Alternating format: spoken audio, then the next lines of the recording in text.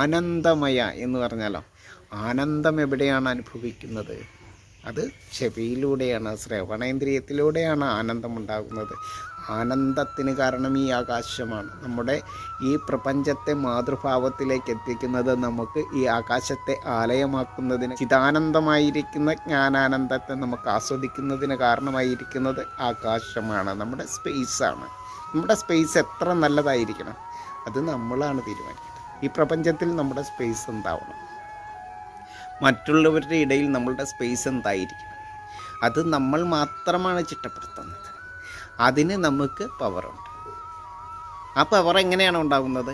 നമ്മൾ ഇന്ദ്രിയങ്ങളെ എങ്ങനെയാണോ വർക്ക് ചെയ്യിക്കുന്നത് അതിനനുസരിച്ചിട്ടാണ് നമുക്ക് ആ സ്പേസ് ഉണ്ടാവും. ശ്രവണേന്ദ്രിയത്തെ നമ്മൾ പൂർണ്ണമായിട്ടും ആശ്രയിച്ചാൽ, നല്ലതിനെ നന്നായിട്ട് കേൾക്കുക, നല്ലതിനെ നന്നായിട്ട് കാണുക എന്നുള്ള 2 ഗുണങ്ങൾ നമ്മൾ ചേർത്ത് വെച്ച് കഴിഞ്ഞാൽ